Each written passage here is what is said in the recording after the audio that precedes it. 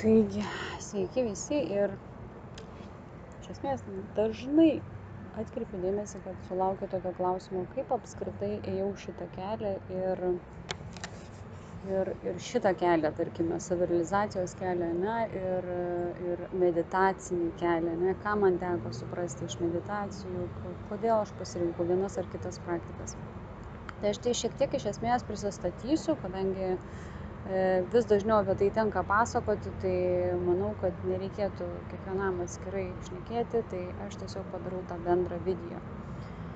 Bendras video yra apie tas meditacijas. Vadinasi, kokios praktikos mano gyvenime buvo mano kelyje, ką man teko suprasti ir suvokti ir ką aš pažinau per tai.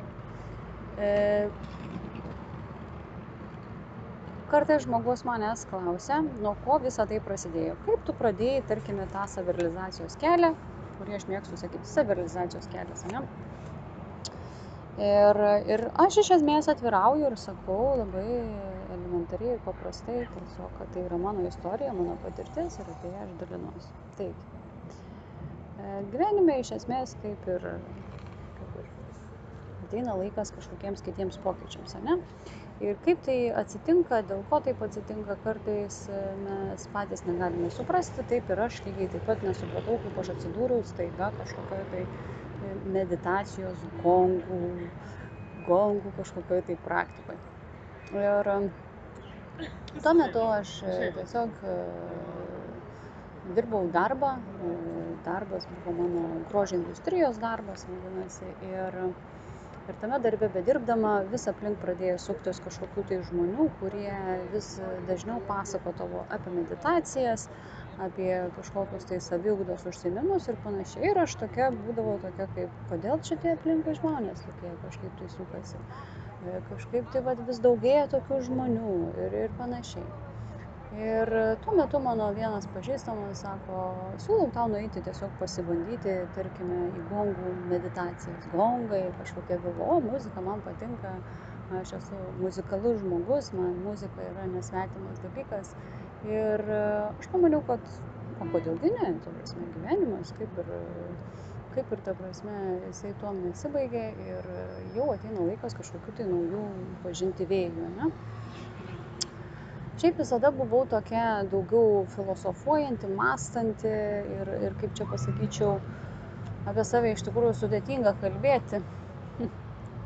Sudėtinga kalbėti, nes nenoriu piešti savęs į kažkokį tai kūrinį ir piešinį, bet tiesiog daugiau tada vis tiek savo istoriją pasidalinsiu.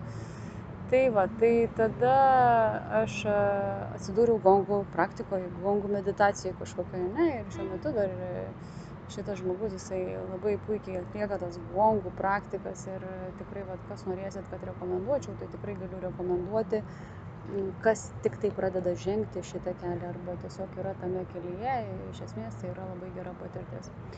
Ir nukeliavau į gongų praktikas. Ar buvo baisu, nebuvo baisu, nes tai iš esmės gongai tai yra tokia maloniai nuteikianti atmosfera, maloni aplinka iš tikrųjų.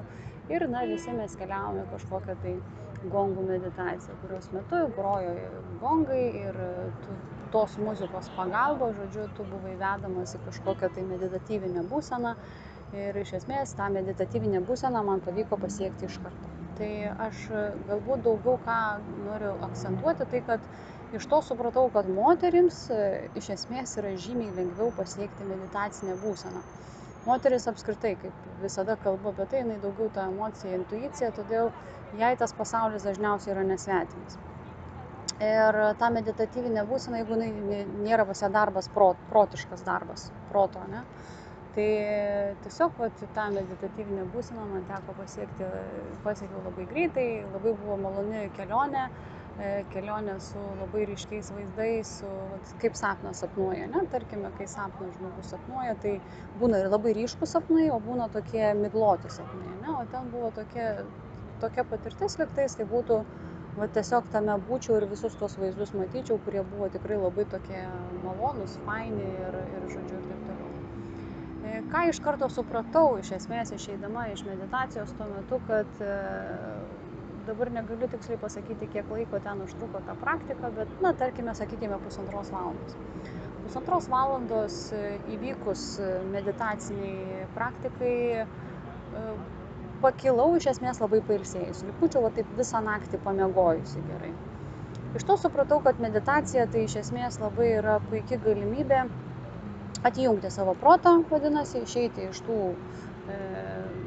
kas yra darbai, kas ten rytojus, ką reikia padaryti, ar ten dar kažkokių kitų tokių dalykų, bet tu grinai pabūni toje tokia visai kažkokioje tai kitoje erdvėje, kur yra tik čia ir dabar laikas ir tai, ką tu matai, tai, ką tu išgyveni, tai, ką tu jauti.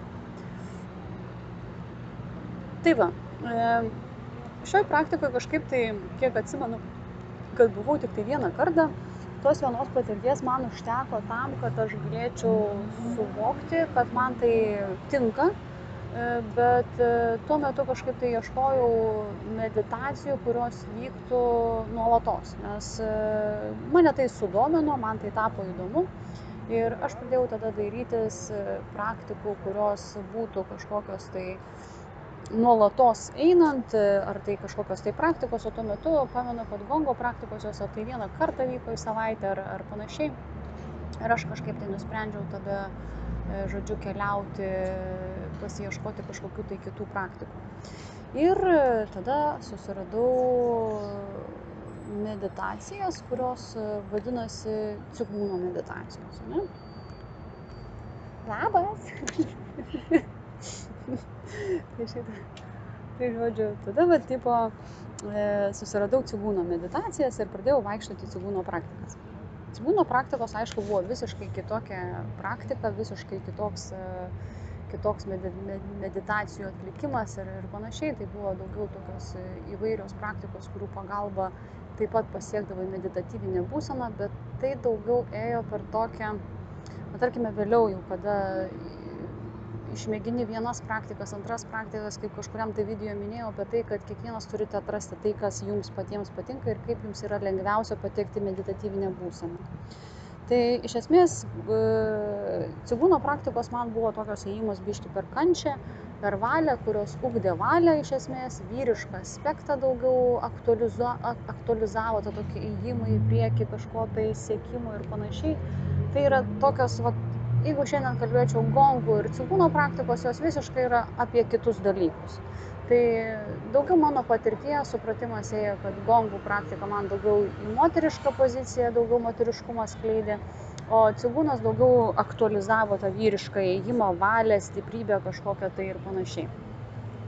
Stovėjimas valandą medžio pozoje, tai vadinasi su lenktomis kojomis per kelius ir tiesiai ištiestomis rankomis su lenktom, tai iš esmės tokia ganėtinai pati pradžia įėjimas meditatyvinė būsena, tave iš esmės išvargina pats galima sakyti, tos pozos buvimas stovėjimas, kada tau kojos nutirpsta, nugara nutirpsta tam tikri kiti dalykai, ir galų galiausiai iš to viso nuovargio tavo protas atsijungia ir tu galų galiausiai tampi kaip medis sumedėjęs.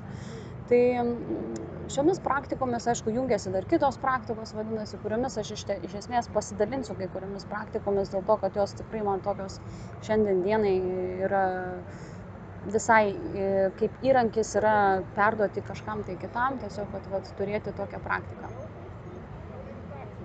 Tai padarysiu atskirą video, kad nes, kaip čia pasakyti, vienam video nebūtų keletą temų. Tai žodžiu gaunasi taip, kad aš pusę metų meditavau šitas praktikas, buvau labai užsivedusi, galbūt man buvo labai įdomu ir man tai buvo tas naujas dalykas ir aš pradėjau jausti kažkokius tai pokyčius savo gyvenime, tiek savo fizinio kūno pokyčiai, tiek mano protinės veiklos pokyčiai, tiek mano ir tam tikri kiti dalykai. Ir žodžiu, pusei metų nuolatinio darbo, vadinasi, meditacijos pas mane vykdavo 3 kartus gal į savaitę, bet aš nuolatos kiekvieną dieną medituodavau. Aš labai norėjau rezultato, vadinasi, kad aiškiai pajausčiau rezultatą, kad suprasčiau, apie ką tai iš vis apskritai yra.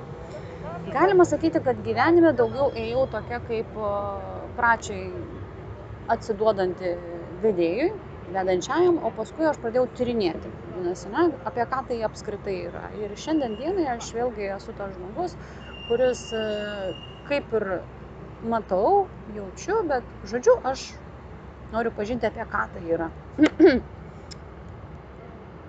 Tai va, tai tada gavosi taip, kad aš pusę metų praktikavau, meditavau, vaikščiodavau tas praktikas.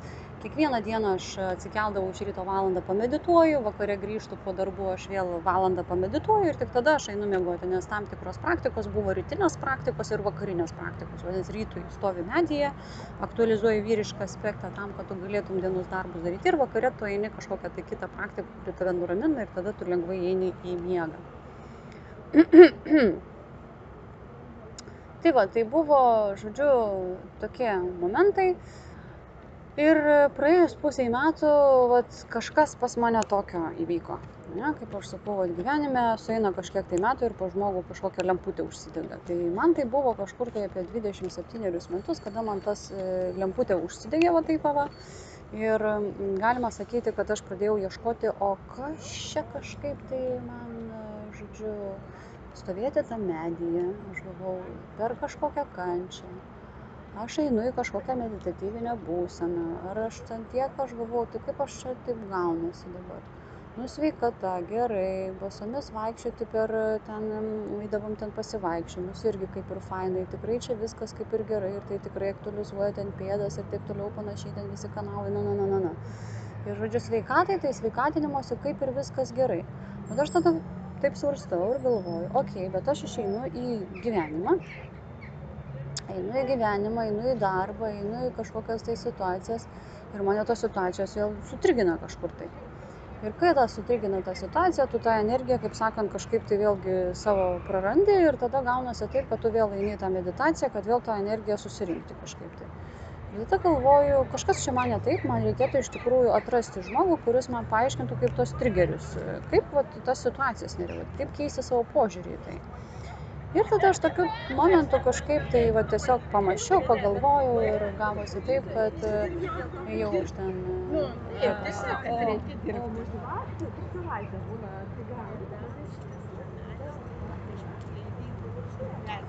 Ir tada tiesiog mano gyvenime nutiko taip, kad buvo tuo metu dar aš atsimenu Kalėdas ar tai kažkokia tai šventė, kurios metu man tiesiog reikėjo surasti dovaną tam tikrą žmogų, ne, ir aš tiesiog einu parduotuvę jos ieškoti. Ir sutinku žmogų, kuris mane užkalbino.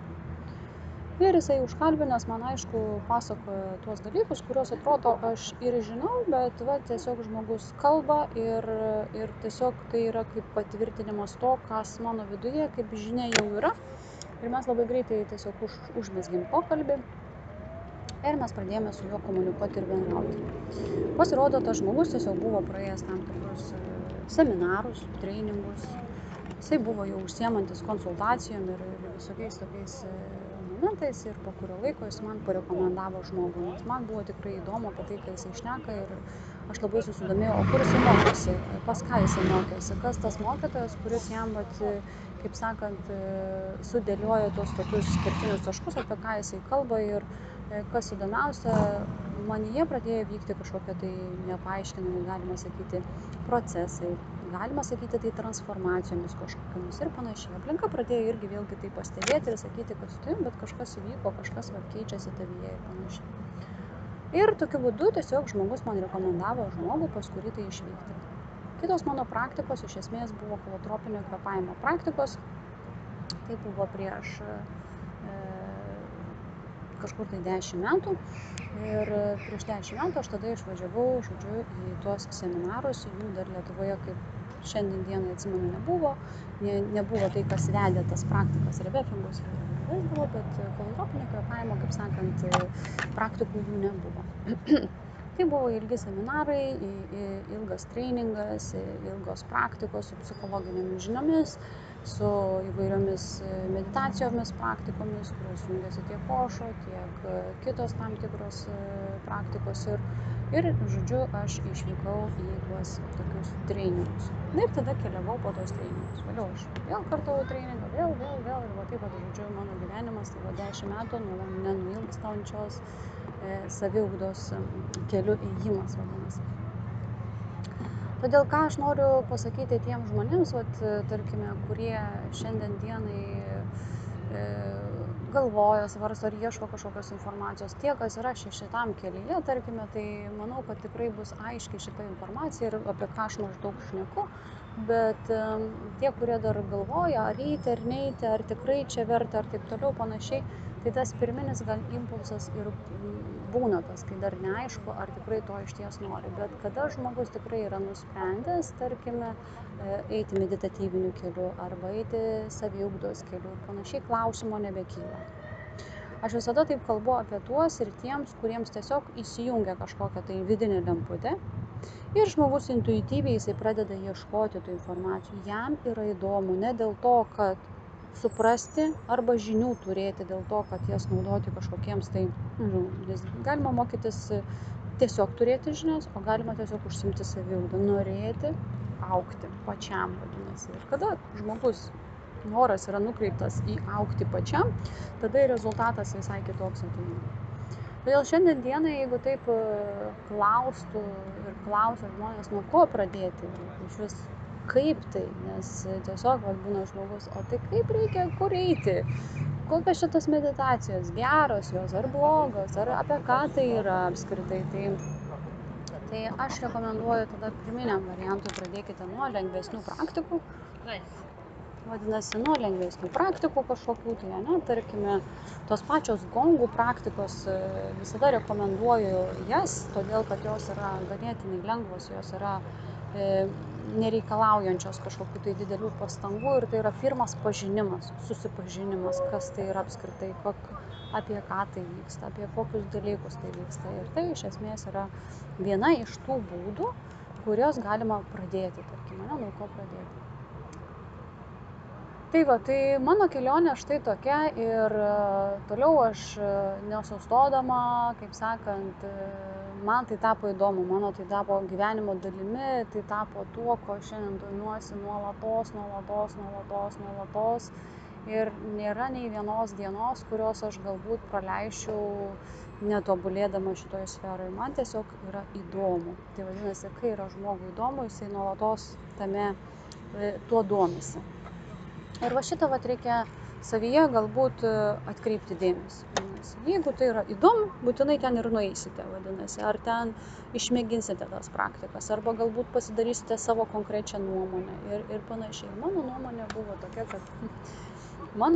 buvo tokia, kad tarkime, gongų praktikos mane veikia vienaip. Nuėjus į cigūno praktikas, tai vėlgi aš patyriau kažkokius visai kitokius tai dalykus. Ir po kurių laiko aš tiesiog nebenorėjau stovėti medyje, medėti. Tai aš sakau, kad tiesiog tai yra toks būdas, kuris stiprina tavo valią. Jeigu tau reikia valios, iš esmės, jeigu reikalinga valia, fizinis pasiruošimas kažkoks ir panašiai, tai cigūno medžio stovėjimas yra labai puikia praktika tiems, kam reikia vyrišką aspektą savo, kaip čia pasakyti, aktualizuoti, aktyvuoti. Tai yra vienas iš būdų. Tai viena iš įrankių, galima sakyti. Ir kada žmogus tų įrankių turi, kaip aš sakau, meditacija, tai jinai yra įrankis, tai negali būti jūsų gyvenimo būdas. Man iš esmės norisi kalbėti apie tai, kad neiškeiskite savo gyvenimo į meditaciją. Vadinasi, tik meditacija. To neturėtų būti, tiesiog reikėtų gebėti atskirti šios du momentus, vadinasi, meditacija ir gyvenimas, jūsų asmeninis gyvenimas. Meditacija tai yra kaip įrankis jums, galima sakyti, tais įrankis naudotis tais atvejais, kada... Tai yra tiesiog įrankis tam tikrose gyvenimo situacijose. Vadinasi, jeigu jūs ryte geriau jaučiatės pameditavę, tai valio, jūs pamedituojat, bet tai neturi būti gyvenimas jūsų. Ir yra žmonių, iš esmės, šiandien dienai, kai kalbame apie tai, kad jie kaip ir iškeičia tą gyvenimą savo, asmeninis gyvenimas, iškeičia meditacinį gyvenimą. Jis nuolatinis meditatyvinis kažkoks tai medituoti. Taip, tai yra rezultatai, bet pats suvokimas, pati savoka, tarkime, kai jūs gyvenimo keliu einate, jūs pažindinat, jūs komunikuojat, iš esmės atsiskleidžia tam tikri kiti momentai, kurių metu galima pastebėti, kad kažkokie tai trigeriai ar dar kažkokie kiti momentai, ar tai, tarkime, kodėl su to žmogum galbūt nesusikomunikuoja, arba dar kažkokie kiti dalykai. Tai tiesiog toksai mano pastebėjimas, kad nereikia būti nei vienoje amplitudėje labai stipriai, nei kitoj, tarkime, ne, bet balansuoti tarp šių momentų. Ir meditacija tampa kaip įrankis. Vėliau, keliaujant gyvenimo keliu, tarkime, užsiemant saviugdą, kas eina jau savirealizacija, saviugda kažkokiais kitais momentais, jie gali atkreipti dėmesį, kad vėliau ir tos meditacijos nebereikia. Nes ta būsena, jinai labai dažnai yra apsilankanti, ateinanti ta būsena ir ta proto tyla labai yra dažna. Ir tai yra tampa kaip toksai, pradžioj galbūt net galima sakyti savęs ištreniravimas, bet vėliau, kada ta energija tiesiog po kiekvieno tavo darbo su klientu arba pokalbio kažkokio, arba suvokimo ir panašiai, iš esmės ta energija keičiasi, fizinė struktūra, tai yra emocinė, mentalinė struktūra kinta, požiūris pradeda kisti. Ir tai iš esmės atneša tą tokią vidinę būseną, kurioje žmogus tampa meditatyvus labai dažnai. Meditatyvus. Aišku, jungiasi tam tikros programos, kurios eina, bet ta prasme šiaip tai iš esmės vis dažnesnė būsena yra ta meditatyvinė būsena ir jeigu žmogus dar medituotų, kada jisai proto yra tyloj, tai yra iš tikrųjų keista, nes, kai tu esi proto tyloj, tai kam tada eiti medituoti, nes tu esi proto tyloj, tai kokią dar didesnę proto tylą pasiekti, tai yra neįmanoma, įmanoma tai yra kaip proto tyla, tai yra proto tyla. Tai čia daugiau tiems, kurie vis klausia manęs, o tai kaip tu ėjai, kaip tau čia pavyko, kaip tu čia, žodžiu, taip toliau panašiai. Ir aš iš esmės galiu pasakyti, kad esu nuolatiniam irgi dar pastebėjime kažkokiam, tai vis kažką tai pastebiu, vis kažkokius dėmesio dalykus atkreipiu, vis irgi turiu kažkokių tai trigerių ir panašiai ir taip toliau. Tai čia vienareikšmiškai, kaip sakant, tobulumui ribų nėra, mes jau aišku esame jau tobuli tokie, kokie mes esame. Bet ta mūsų emocinė ir mentalinė būsena ir fizinė būsena, visi šitie poreikiai, kada jie yra sąjungoje vieni su kitais, tai tada ir žmogaus ta tokia būsena, jinai yra, viskas su ją yra ok. Todėl mano gyvenime praktikos buvo būtent tokios ir daugiau apie praktikas ar kažką aš norėčiau pasakyti. Tai galbūt tiek, iš esmės informacija ir žmogumi arba kontaktais kažkokiais, kuriuose aš dalyvavau, nes manau, kad atsiras tokių klausiančiųjų, kokios praktikos ir pas ką lankėtės ir pas ką ėjote, ne? Tai aš gale video tada pasidalinsiu tiesiog pas kokius dėstytojus, mokytojus ėjau tam tikrų patirčių ir jūs tiesiog turėsite jau kažkokį tai galimybę mažiau ieškoti, pas ką čia nueiti, ne, o tiesiog turėsite kažkokią tai vieną ar kitą būtent rekomendaciją. Tai dar ką norisi pabaigai pasakyti, atkreipkite dėmesį tokiems momentams. Jeigu nepavyksta nueiti į praktikas, na tarkime, pavyzdys, tai yra galbūt, sakyčiau, magija ar ten tiesiog gyvenimo tokia kažkokia tai, ką mes negalime kartais paaiškinti, tiesiog taip vyksta. Iš esmės, kada žmogui yra duota, aš jau sakau duota, lemta, ne, tada jisai pas tą dėstytoją ir patenka. Ir labai lengvai. Iš esmės, mano patirtyje buvo taip, kad aš norėjau tiesiog eiti pas kažkokį tai dėstytoją ir vis man nepavykdavo suderinti laiko. Kai mes tik suderinam laiką, nes vykdavo ten kažkokios, tarkime, įvadas kažkoks, ne, turi kursą kažkokią tai praeiti ir tada, žodžiu, tu įgauni tos vadinkime įrankius ir tada, žodžiu, tais įrankiais jau tu gali keliauti toliau. Tai šitoj vietoj buvo taip, kad tie įrankiai, kas kažkiek tai laiko daromi tie seminarai. Ir aš tik šiandien atsimenu, kad man į tą seminarą patekti pas vieną dėstytoją tiesiog visiškai nepavyko. Aš bandžiau pas ten tokią vieną moterį ir tik tai mes suderinam, jau ten pas ją vyksta tas įvadinis kažkoks tai įvadinė kažkokia tai medžiaga ir aš pakliūti ten negaliu, nes iš esmės tai pas mane darbai keičiasi, tai kinta kažkokie kiti momentai, tai žiūrėkit, aš pasidarau ten, tarkime, išeiginės, tai pas ją atsišaukė, tai aš rašau žinutę, negaunu atsakymą, žodžiu, vyko tokie įdomus momentai. Tada aš su vienu žmogum pasitariau, sakau, nesuprantu kodėl, bet vyksta kažkokie tai įdomus procesai. Ir tada jisai sako, tu tiesiog pabandyk pas kitą mokytoją. Jeigu sako, viskas tavo kelyje tiesiog atsiveria, tai vadinasi, tu ten ir turi pakliūti. Ir, žodžiu, aš jau tada susisiekiu su tokiu dėstytoju ir aš kaip šiandien dienai atsimenu, kad aš važiavau, pas mane net žalios šviesoforo lemputės degdavau.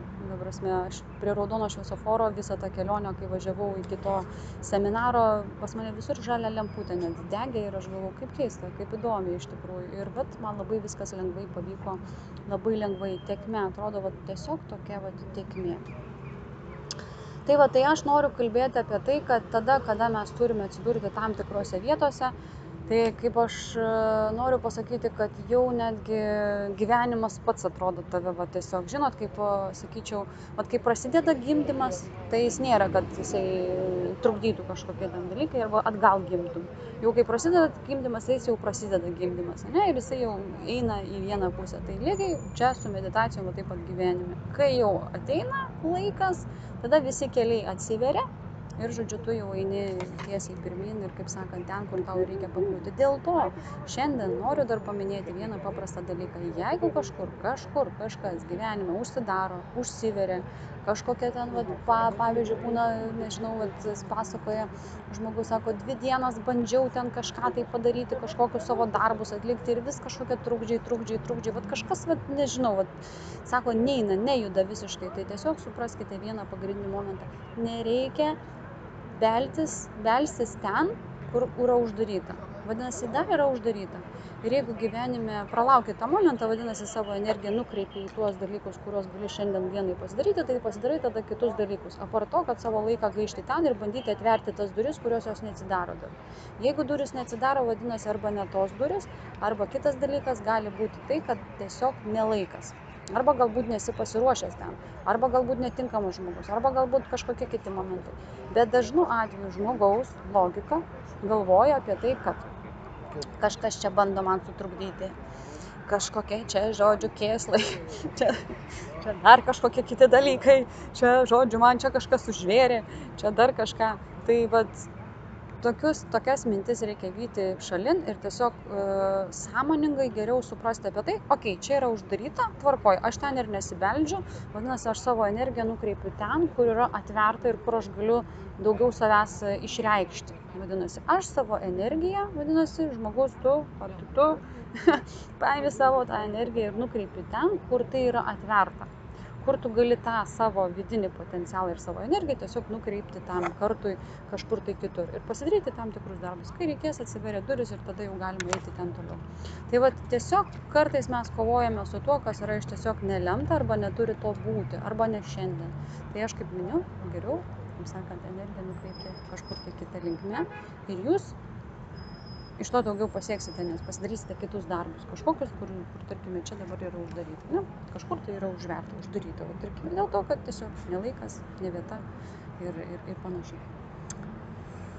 Tai šiandien daugiau kalbu apie tas praktikas, apie tas meditatyvinės praktikas ir pabaigoje, kaip minėjau, pasidalinsiu mokytojais, pas kuriuos mokiausi, pas kuriuos ėmiausi žinių, praktikos ir panašiai, ir galėsite tiesiog persižiūrėti, patys pasižiūrėti, kur galbūt pasirinksite, ar tai pas vieną dėstytoją nueiti, ar pas kitą dėstytoją nueiti, nes, kaip ir aš sakau, visada yra, pirmiausia, reikia nueiti, galbūt pamėginti, pasižiūrėti, ne, ar tinkama, ar netinkama, ir tada iš to susidaryti savo konkrečią patirties nuomonę. Aš galiu dalintis, kaip ir minėjau, tik savoje nuomonę ir papasakoti tik tai apie ją.